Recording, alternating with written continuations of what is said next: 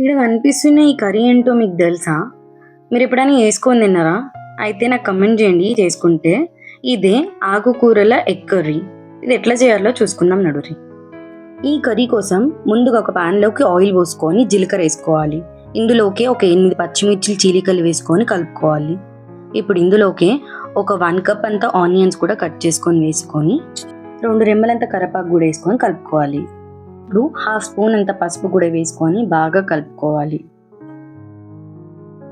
ఇప్పుడు మన main ingredient వచ్చేస్తుంది. 1 కప్ పాలకూర, 1 కప్ మెంతెం కూర, 1 కప్ గంగవాయల కూర, 1 కప్ చుక్కకూర అండ్ ఇంకొక కప్ పుంటి కూర, దాన్నే గోంగూర అంటారు. ఇవన్నీ వేసుకొని బాగా కలుపుకోవాలి. ఇప్పుడు ఇవన్నీ సగానికి సగం అవుతాయి.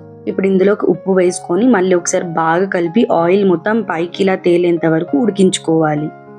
ఇట్లా మంచి ఉడికిన తర్వాత ఆకుకూరలు మొత్తం సైడ్ కనేసుకొని పాన్ మధ్యలో మీకు ఎన్ని ఎగ్స్ కావాలంటే అన్ని ఎగ్స్ బ్రేక్ చేసుకోండి.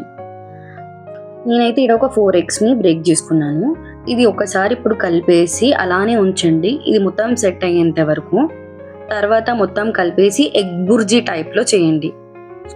ఇట్లా మొత్తం మగ్గిన తర్వాత స్టవ్ ఆఫ్ చేసి ఒక ప్లేట్లోకి సర్వ్ చేసుకుంటే సరిపోతుంది. All mix leafy vegetables egg bhurji curry ready. ఇందులో చాలా ప్రోటీన్స్ అండ్ ఐరన్స్ ఉన్నాయి, తప్పక చేసుకోండి మీరు కూడా. రెసిపీ నచ్చితే ప్లీజ్ ఫాలో కొట్టురే కదా జరా. ఇంత మళ్ళా బాయ్, ఫిర్ మిలేంగే.